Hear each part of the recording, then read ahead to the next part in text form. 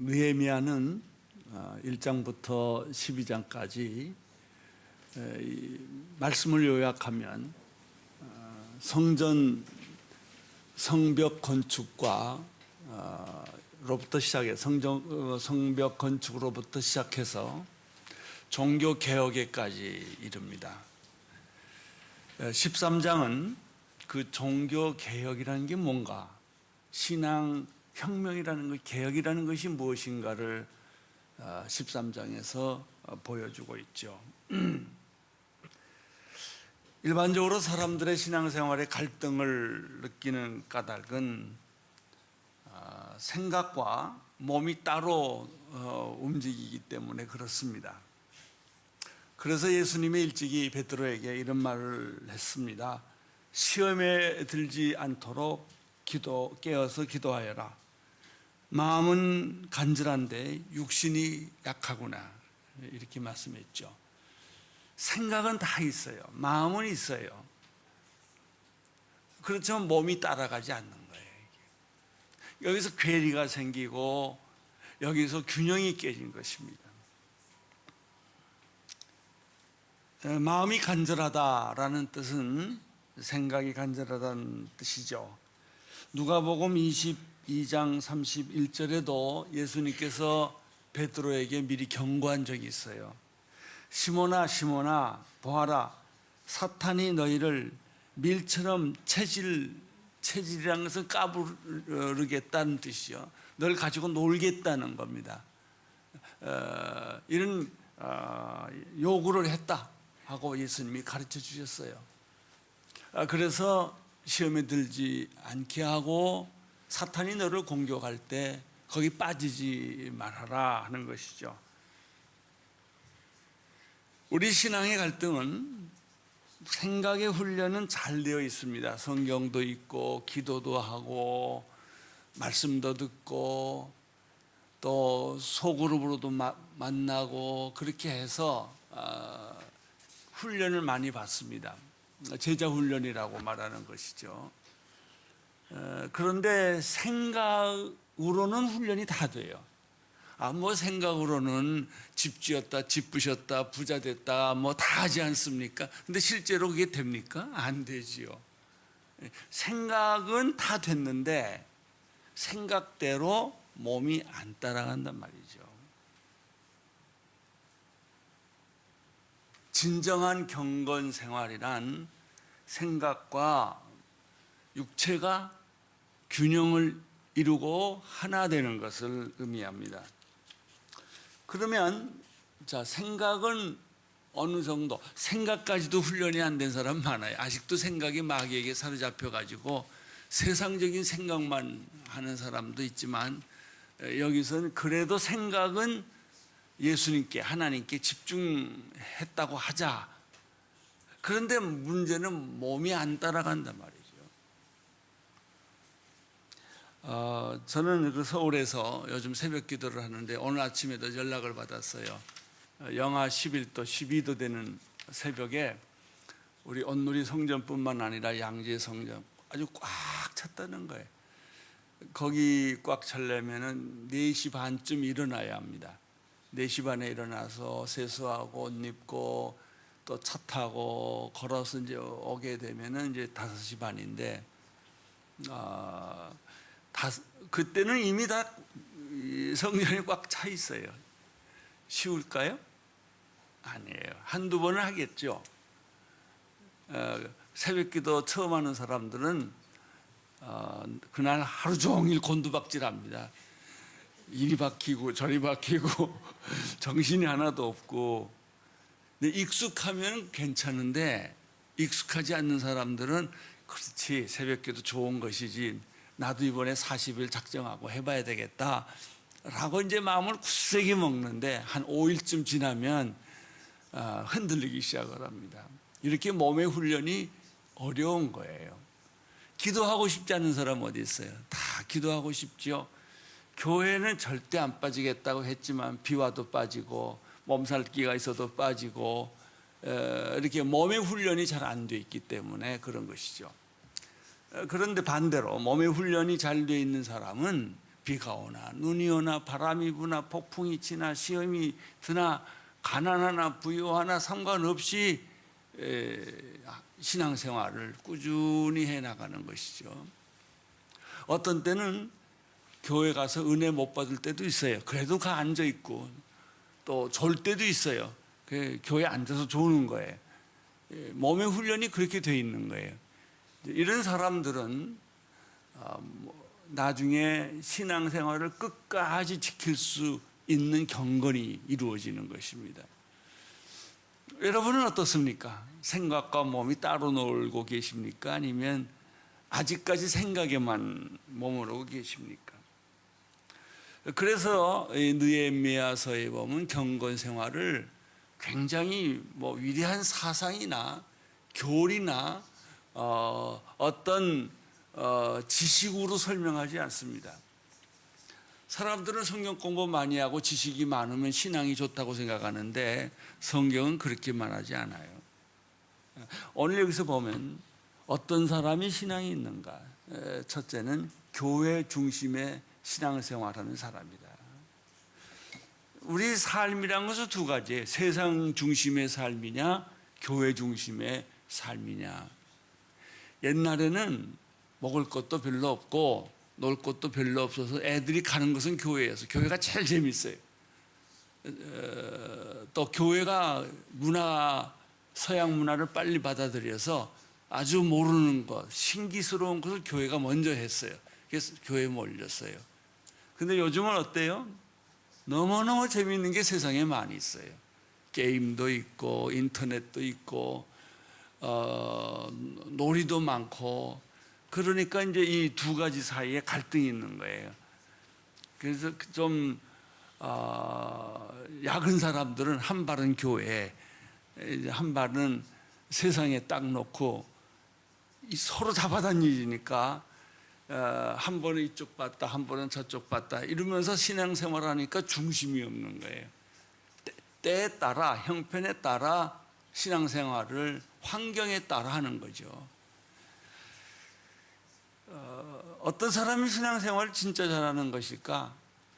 제가 요즘 보니까 우리 어른들이, 우리 아버지 세대들이 신앙생활 잘했어요. 그분들은 새벽 기도를 빠짐없이 나왔어요. 우리 집 같은 경우에는요, 가정 예배를 하루에 2번 봤어요. 얼마나 저희들 어린애들이 힘들었겠습니까? 그런데 부모님은 우리들의 감정을 이해하지 않고 막 그걸 밀고 가시는 거예요. 또 성경 암송을 그렇게 많이 시켰어요. 지금 생각해 보니까 그것이 내가 신앙을 여기까지 버티고 지켜온 원동력이구나 하는 것입니다. 수요일도 교회 오지요, 주일날도 교회 오지요, 또 목요일날도 여기 오셔야죠. 이거 목요일에 오는 거 쉽지 않습니다. 또 시간 내야죠. 그러면 상대적으로 뭐가 될까요? 텔레비전 안 봐야죠, 친구 안 만나야죠, 파티에 안 가야죠. 2개는 다 할 수가 없단 말이에요. 하나를 포기해야 하나를 하게 된다고요. 이거 오랜 시간을 놓고 보면 내 인생과 내 삶에 엄청난 변화를 줘요. 교회를 자주 오고 기도를 많이 하고 찬양을 많이 부르는 사람의 얼굴은 빛이 나요. 깨끗해요. 그러나 세상 일에 접촉을 많이 한 사람들은 얼굴이 어두워요. 싸우고 욕하고 비판하는 사람들은 얼굴이 굉장히 침울해요. 아무리 좋은 약을 먹어도 우울증에 빠져요. 그래서 신앙생활에 가장 중요한 것은 구약에서는, 느헤미야에서는 하나님의 집을 정결하게 하는 것이다. 하나님의 집을 깨끗하게 하는 것이다. 여러분이 아시겠지만 유태인이 사는 곳은 어디나 깨끗합니다.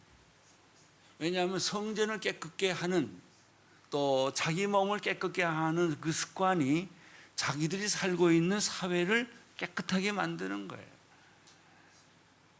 또 유태인의 특징은 세계 어느 나라 가든지 자기 자식을 히브리어를 가르쳐야 돼요. 여러분은 자식들을 다 한국말 잘 가르치십니까? 쉬운 일이 아니에요. 외국 땅에 살면 그냥 쉽게 외국말 하지 모국어를 쓰지 않게 돼요. 그러나 이 신앙을 가지고 있는 사람들은 항상 중심이 교회였어요. 그것이 신약에 와서 좀 지나쳐서 교회 지상주의로 가서 피해도 생기긴 하지만 그래도 구약에는 성경 중심, 신약에는 교회 중심인 거죠. 우리 온누리교회 경우를 보니까 안수 집사 정도 되면 교회 4번 오더라고요. 일주일에. 뭐 이런저런 이유로 뭐 순모임도 하시고 또 무슨 사역 모임도 하시고 예배도 드리시고 또 봉사도 하고 그래서 때로는 그래요. 그러면 어떻게 가정생활을 하나? 애는 언제 키우고 또 부부생활은 언제 또 하느냐 그랬더니 교회 열심히 오는 사람일수록 더 잘해요. 친구도. 왜냐하면 쓸데없는 걸 다 버리니까. 불필요한 것을 다 가지고 있는 사람은 복잡하기만 하지 실속이 없어요. 그러나 중요한 것만 골라 가진 사람은 단순하고 깨끗하고 그리고 몸과 마음이 건강한 거죠. 두 번째는 실제적인 신앙생활은 뭐냐? 철저한 11조 생활이에요. 이 11조 생활은 그렇게 쉽지가 않습니다. 믿음이 있어야 11조 생활도 하고 제일 큰 시험은 돈이에요. 입으로는 말로는 예수 잘 믿을 수 있는데 돈 헌금하는 것은 굉장히 인색합니다. 그런 사람일수록 세상 일에는 돈을 막 퍼써요. 근데 교회에서 돈 쓰는 건 버린다고 손해본다고 생각을 하는 사고가 들어와 있어요. 그래서 느헤미야는 두 번째 신앙생활의 실천은 11조다. 세 번째는 안식일을 지키는 거예요. 이것도 어려워요. 우리들은 월화수목금 토는 세상에서 뭐 학교에서 직장에서 보내고 주일날 하루 안식일을 지키는데 원래 안식일은 금요일부터 토요일까지죠. 근데 그것도 겨우 지키고요. 나중에는 안식일이 2시간으로 줄어들었어요. 교회 오는 시간, 가는 시간, 예배 1시간 보고 그 다음부터 내 거다 이거예요. 그래서 하나님이 저주했어요. 좀 지나치게 할 정도로 이스라엘 백성들을 포로에 잡혀가게 하고 하는 이유가 전부 이거예요. 그러니까 느헤미야는 그걸 알았어요. 왜 우리가 포로 생활을 했나? 왜 우리나라가 이렇게 다 흩어졌나? 왜 우리나라가 이렇게 망하게 됐나 하는 그 이유가 여기 있구나 라는 사실을 알고 이스라엘 백성들에게 너희는 그러지 마라. 너희 후손들은 그렇게 하지 말라고 지금 경고하고 가르치는 것이죠. 마지막 넷째는 신앙생활의 그 실제, 그거는 생각이 아니고 실천할 수 있는 장소는 결혼이라는 거예요. 교회는 결혼하지 못한 사람도 많이 있고 또 결혼을 해야 되는 분도 있고 또 결혼한 사람도 있어요. 성경에서는 이방 여자와 결혼하지 말라고 말합니다. 그래서 이스라엘 백성들은 이방 족속들하고 결혼하지 않아요. 이방인이기 때문에 결혼하지 말라는 것이 아니고 이방 사람들이 가지고 있는 우상 숭배 때문에.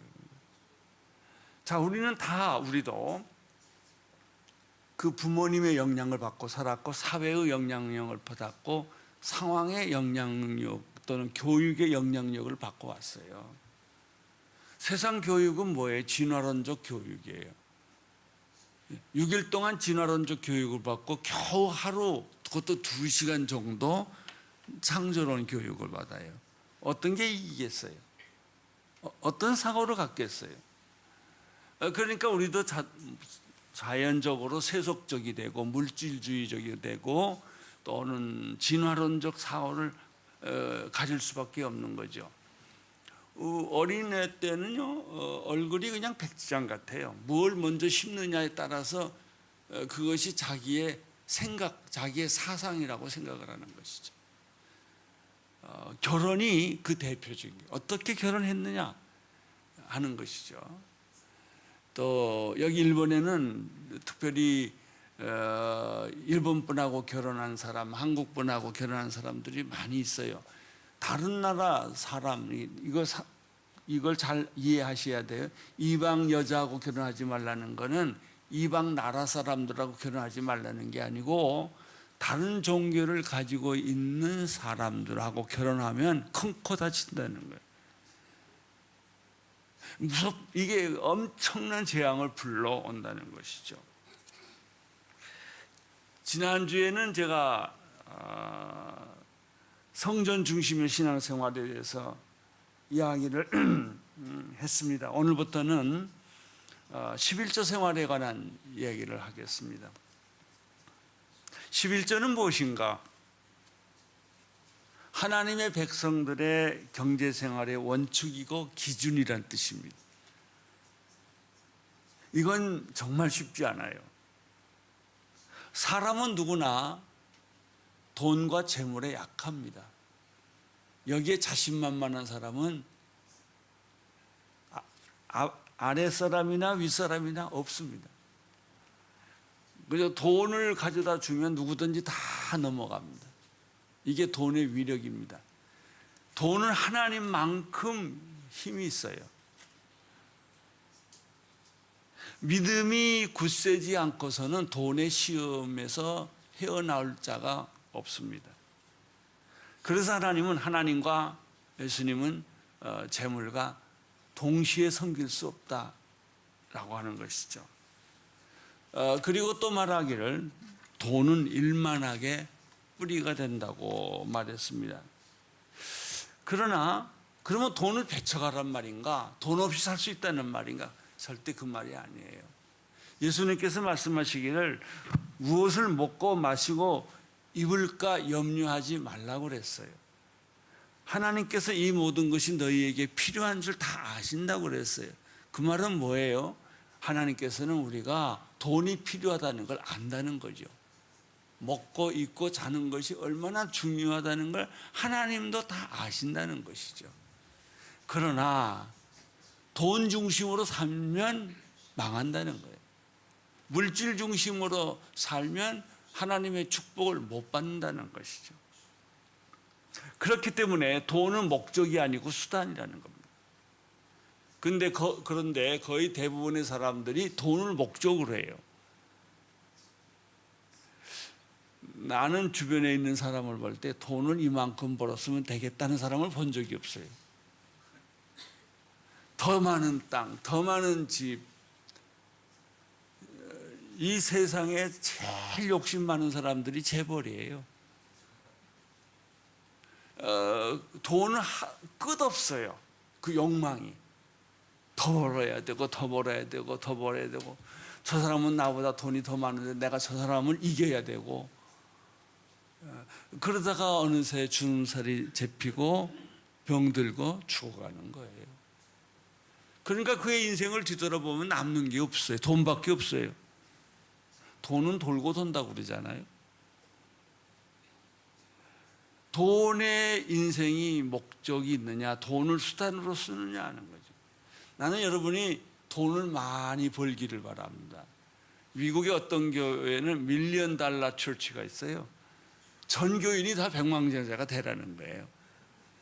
그래서 목사님도 백만장자가 되고 교인도 백만장자가 되라는 건데, 동기는 나쁘지 않아요. 돈 많이 벌어서 장학생도 키우고 가난한 자도 돕고 병든 자도 도와야지. 네가 돈이 없으면 어떻게 남을 도울 수가 있겠냐, 이제 이런 뜻으로 말하는 것이죠. 사실 그래요. 우리가 물질이 없다면 어떻게 내가 살겠어요? 북한은 먹을 게 없어서 죽게 됐고 남한은 먹을 게 너무 많아서 죽게 된 나라입니다. 이 돈이라는 것이 이렇게 두 얼굴을 가지고 있어요. 예수님은 우리가 먹고 입고 자고 써야 될 것을 필요하다는 걸 잘 알고 있어요. 그렇지만 돈보다 먼저 구할 것은 하나님이다. 그 나라와 그 의다 하는 것이죠.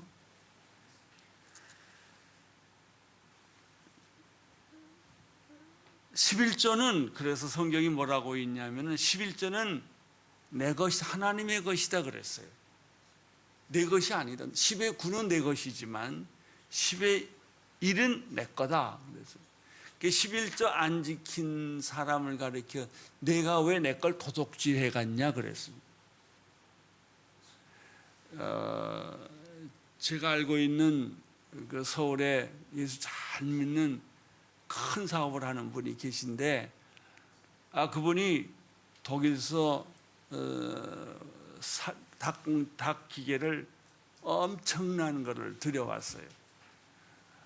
그리고 차관 들여서 했는데 완공된 날 불이 났어요. 잿더미가 됐어요. 불타는 자기 공장을 보면서 이 사람이 하나님 이럴 수가 있습니까? 내가 얼마나 하나님을 잘 섬겼는데 하나님은 나에게 이 잿더미를 다 만드십니까? 그랬는데 그 마음속에서 하나님의 음성이 들렸대요. 네가 내 돈 떼먹었지? 그랬다는 거예요. 그래서 하나님 잘못했습니다. 그날로 지금까지 돈 떼먹은 돈 다 하나님께 돌려드렸대요. 그때부터 이 회사가 잘 되기 시작한 거예요. 불처럼 일어나기 시작한 거예요. 그래서 하나님이 뭐라고 말씀하셨냐면 11조만은 시험하라고 그랬어요. 네가 11조를 내면 내가 얼마나 너를 축복해 주는지 시험해봐라. 처음에는 11조 내면 도용맞은 느낌이에요. 뺏기는 느낌이에요. 손해보는 느낌이 든다고요. 그런데 11조 하고 보면 이상하게 수입이 많아져요. 사업이 잘 돼요. 여러분, 이 사업이 잘 되려면 건강해야 돼요. 또 자기 혼자 노력한다고 되는 게 아니고 환경이 돕는 사람이 많이 있어야 돼요.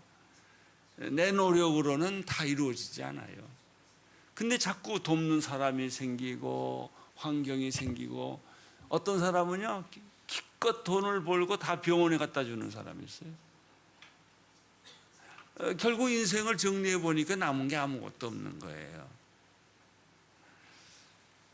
말라기 3장 8절에서 10절 저 자막을 통해서 한번 같이 봅시다. 시작. 사람이 하나님의 것을 훔칠 수 있을까? 그런데 너희는 내 것을 훔쳤다. 그러나 너희는 우리가 어떻게 주의 것을 훔쳤다고 그러십니까? 라고 말하는구나. 너희가 나에게서 훔친 것은 11조와 예물이다. 너희가 저주 아래 있다. 너희와 너희 민족 전체가 내 것을 훔쳤으니 창고에 11조 전체를 가져다 놓고 내 집에 먹을 것을 있게 하라. 이 일로 나를 시험해 내가 하늘 창문을 열고 너희가 싸울 자리가 없도록 복을 쏟아 붓지 않나 보라. 만군의 여호와의 말씀이다. 또 11조가 이런 게 있어요. 작을 때는 쉽게 해요. 100원에서 1000원, 1000원에서 100원 내는 건 괜찮아요. 10,000원에서 1000원 내는 것도 괜찮아요.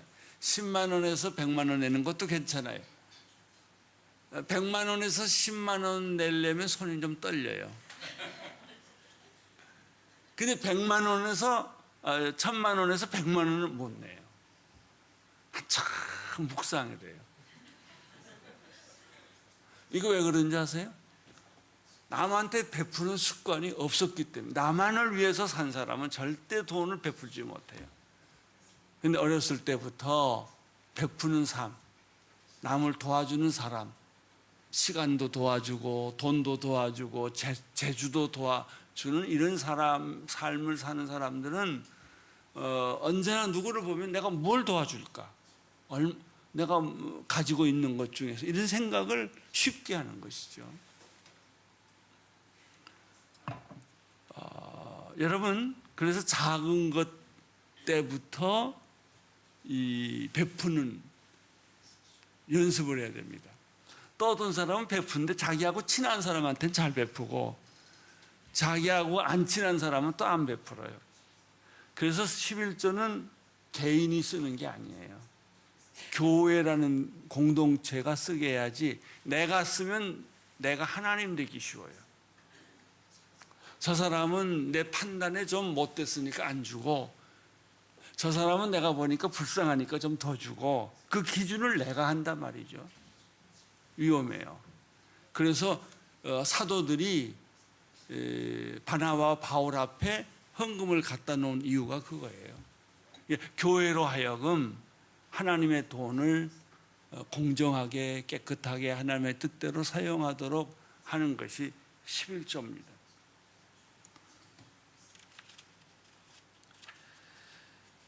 그 이스라엘 백성들이 실수한 게 뭐냐면, 느헤미야가 보니까 레위 사람들하고 찬양하는 사람을 다 돌려보냈다는 거예요. 꼭 일본의 무목교회와 같아요. 월급, 돈이 없으니까 목사님 월급 줄 게 없는 거예요. 교회를 유지할 돈이 없는 거예요. 그러니까 목사님 미안하지만 돌아가십시오. 이런 무목교회가 일본에 700~800개 있다고 그러잖아요. 그래서 지금 우리들이 제일 관심 있는 데가 무목교회예요. 이 사람들을 어떻게 도와줄까 하는 것이죠. 무목교회 얘기를 들어보니까 목사님이 지나가면 그 사람 붙잡고 설교 한번 듣고, 안 지나가면 할 수 없이 그냥 자기들끼리 성경 읽고, 요즘 CGN TV가 있어서 이제 CGN TV를 놓고 예배를 드린다는 것이죠.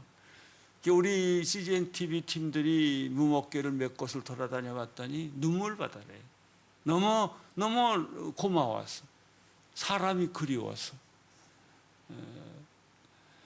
여러분, 그 당시에 이스라엘 백성들의 상황이 똑같았어요. 레위 사람들한테 월급 줄 게 없으니 주고 싶지 않으니까 그냥 당신 고향으로 돌아가라고. 그러니까 제사를 못 드리는 거죠. 또 성전에는 찬양하는 사람들한테 다 월급을 줬어요. 그 사람도 돌아가라고 그랬어요. 그러니까 성전이 어떻게 됐을까요? 쓸쓸하죠. 그리고 내 제사를 안 드리니까 사람이 없죠. 사람이 없으니까 성전이 어떻게 되겠어요? 폐허가 되는 거죠. 이것이 영적으로 얼마나 무서운 결과를 가져오는가를 알 수가 있어요. 교회는 항상 사람이 북적북적거리고 찬송 소리가 넘치고 기도 소리가 넘치고, 그리고 서로 격려하고 도와주고 사랑하는 그저 이런 공동체가 됐을 때 하나님께서 부흥을 주시는 거예요. 여러분, 교회가 부흥을 하고 싶습니까? 제가 보니까 일본 교회가 부흥하는 방법은 선교사 보내는 거였더라고요. 내가 어딜 가봐도 선교사 보내는 교회를 별로 많이 못 봤어요. 왜냐하면 자기 살기 바쁘니까, 자기 먹기 바쁘니까. 그럼 어떻게 될까요? 더 어렵죠. 그래서 있는 자는 더 있고 없는 자는 더 없는 거예요.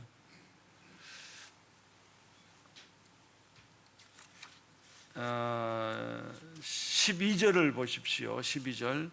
그러자 온 유다가 곡식과 새 포도주의 기름에 11절을 가져와 창고에 들였습니다. 이제 느헤미야가 경고를 하고 야단을 치니까 그 사람들이 재물의 11조뿐만 아니라 돈의 11조뿐만 아니라 곡식의 11조도 전부 교회 그 성전에 드리기 시작한 거예요.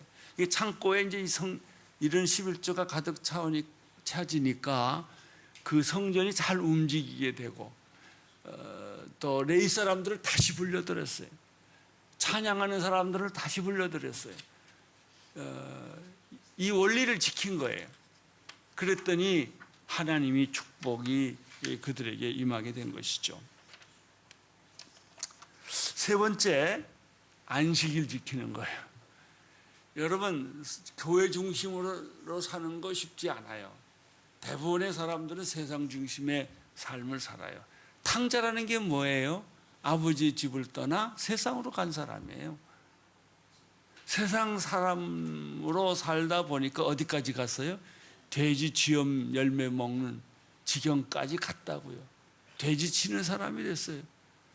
돈이 없으니까 친구들이 다 떠난 거예요. 돈 있을 때는 친구들이 다 모이지만, 그리고 뭐 여자들이 모이고 친구들이 모이고 뭐 술병이 왔다 갔다고 했지만은 일단 돈이 그렇게 무한정 있나요? 쓰면 없어지는 거지.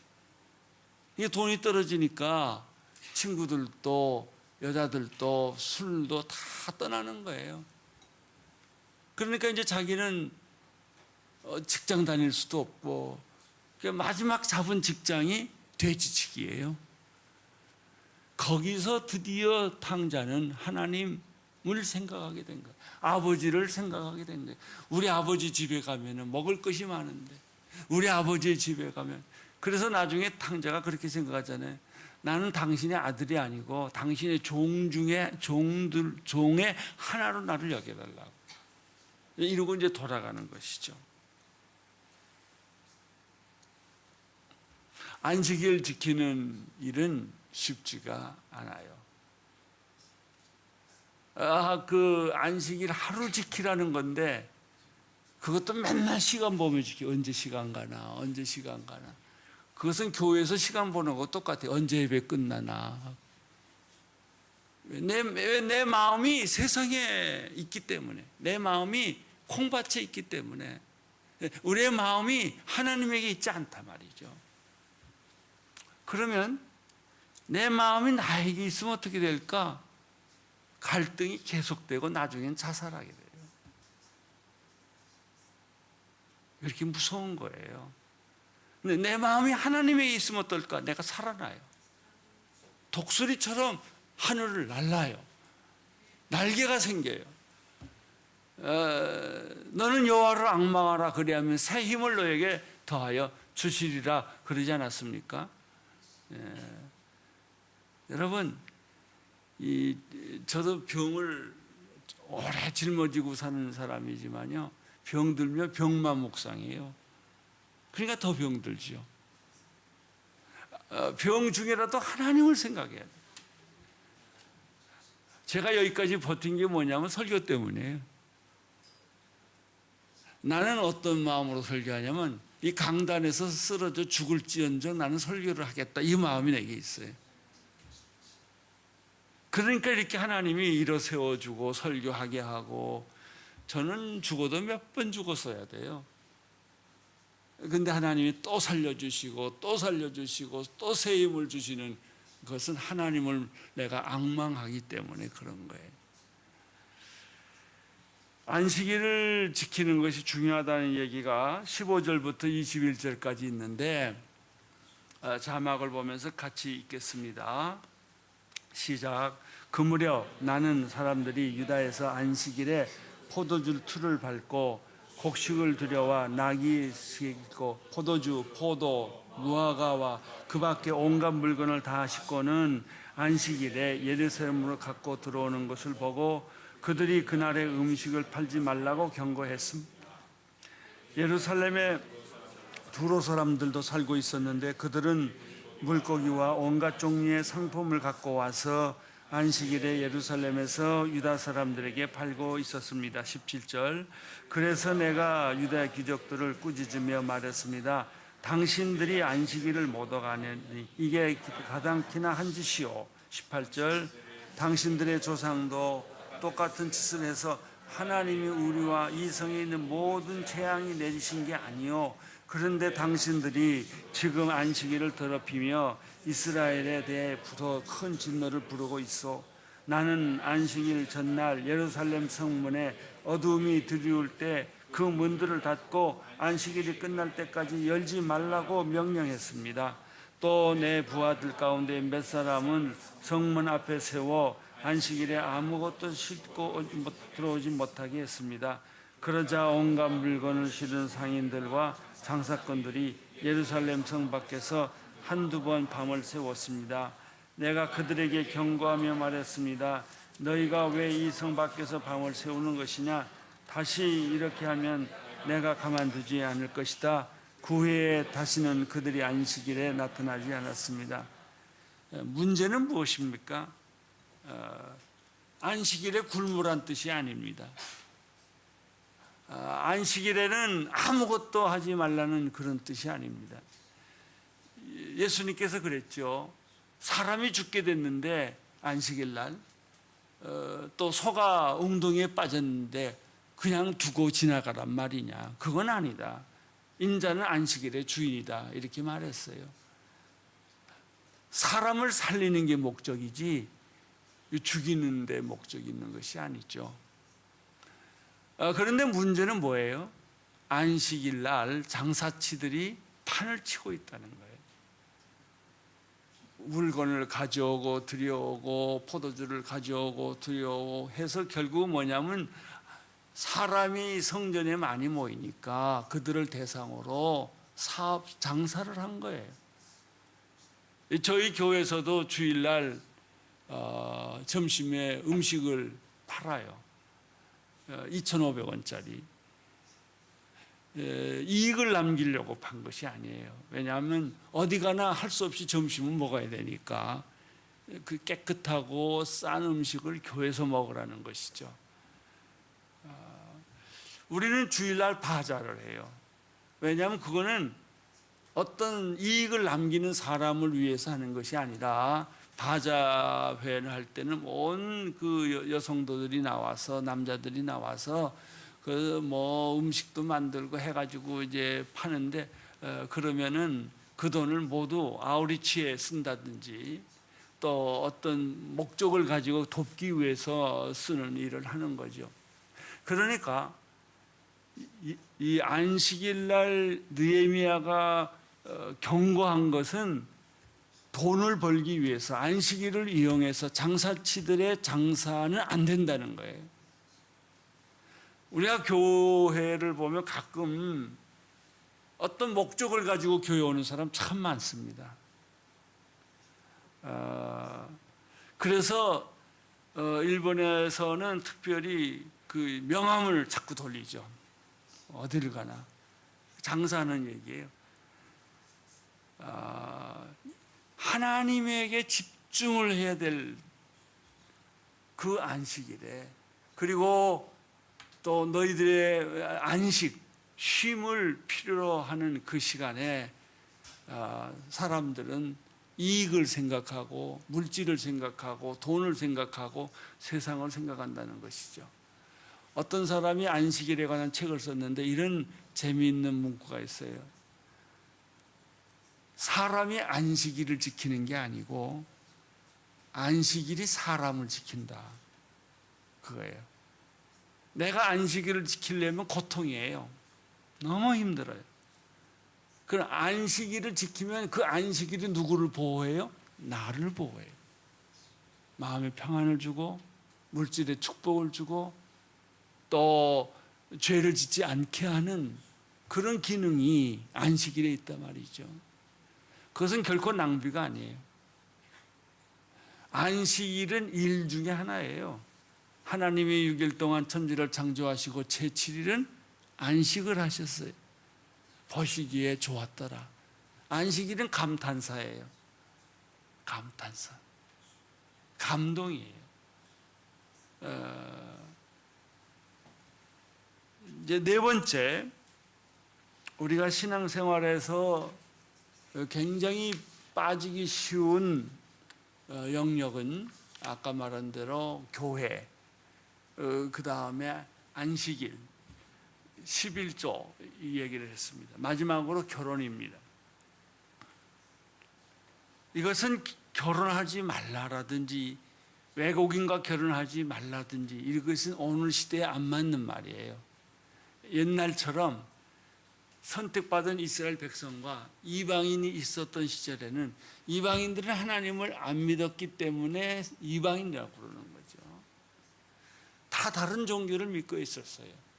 여러분, 사람들은 다 자기 나름대로 신을 믿고 있어요. 무신론자는 자기를 믿고 사는 사람이에요. 자기라는 신, 그것뿐이지 신이 없는 게 아니에요. 인간은 신이 없으면 못 살아요. 그래서 인간이 만든 신, man-made God, 진짜 하나님이 아니고 자기가 뭐 나무를 신으로 삼는다든지, 태양을 신으로 삼는다든지, 달을 신으로 삼는다든지, 뭐 동네에 무슨 큰 바위가 있으면 그걸 신으로 삼는다든지, 신 없으면 사람이 살 수가 없어요. 그러나 하나님은 말씀하세요. 이 모든 신들은 가짜다. 진짜 신은 눈에 안 보여요. 만질 수 없어요. 가짜 신은 눈으로 보고 만질 수 있어요. 그래서 다 우상이 있는 거예요. 성경은 말합니다. 그 돌을 네가 만들지 않았냐. 내가 만들어 놓고 이건 신이다 말하는 어리석은 인간의 모습들에 대해서 얘기를 하고 있죠. 결혼, 그것은 이방인들, 하나님을 믿지 않는 이방인들과 이방 종교의 혼음을 막아라, 그런 뜻이에요. 마치 사탄을 우리가 접촉하면 내가 사탄을 이길 수 있을 것 같아도 우리는 백발백중 사탄한테 먹히게 돼 있어요. 그래서 하나님은 내가 사탄을 이길 수가 없다. 사탄을 이길 수 있는 분은 하나님 뿐이시다는 거예요.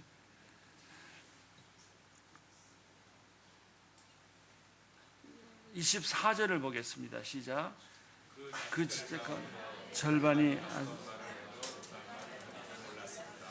결혼을 일방 여자하고 결혼하면 무슨 일이 생기느냐? 자기 자녀를 유다 말을 안 가르치고 그 여자의 모국어를 가르치게 된다는 거예요.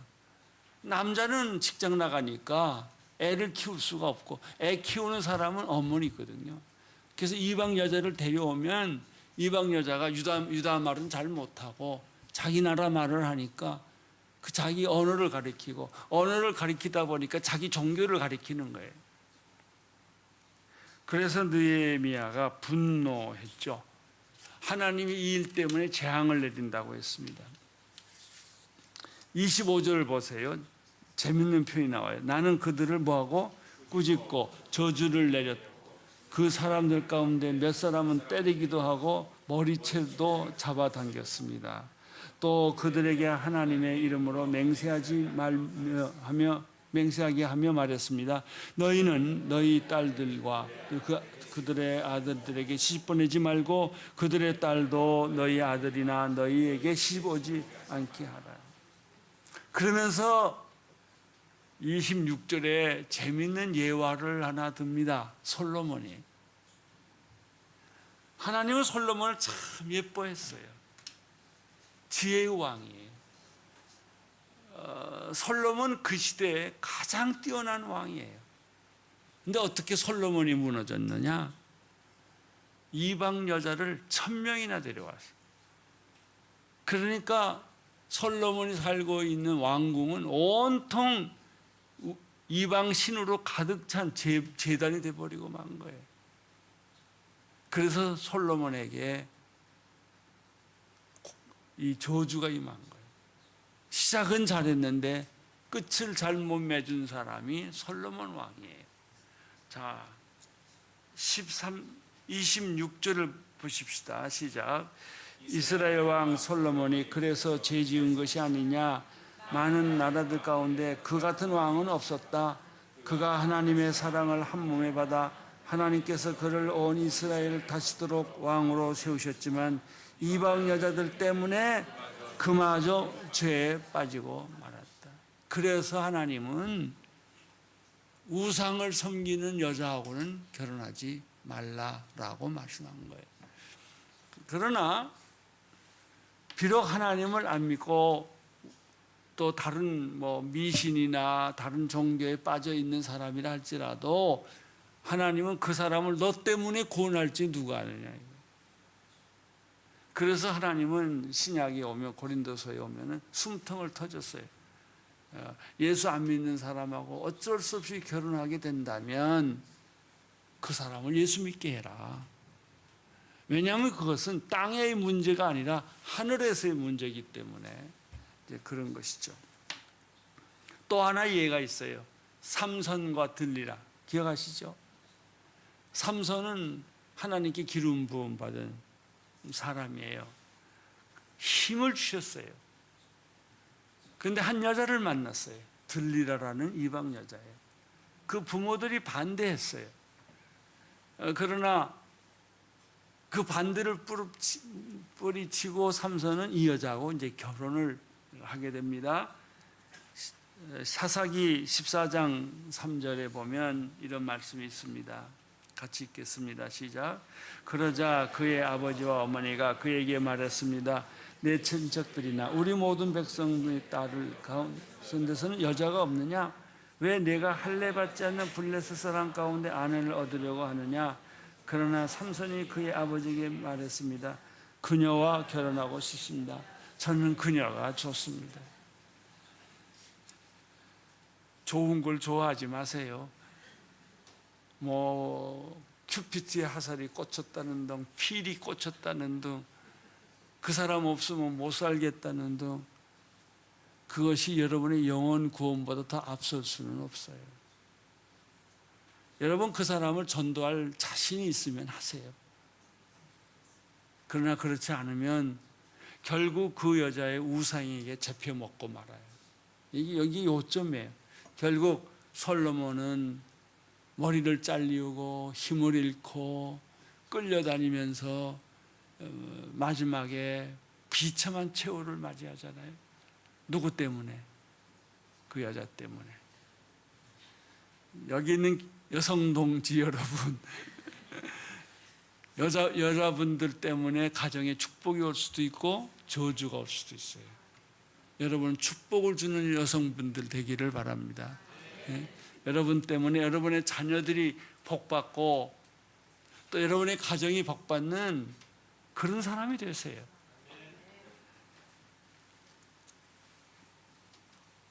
이제 이 당시에 얼마나 입양 여자와 결혼하는 것이 깊이 들어갔냐면 제사장의 가족까지도 이 결혼의 순수성을 잃어버렸어요.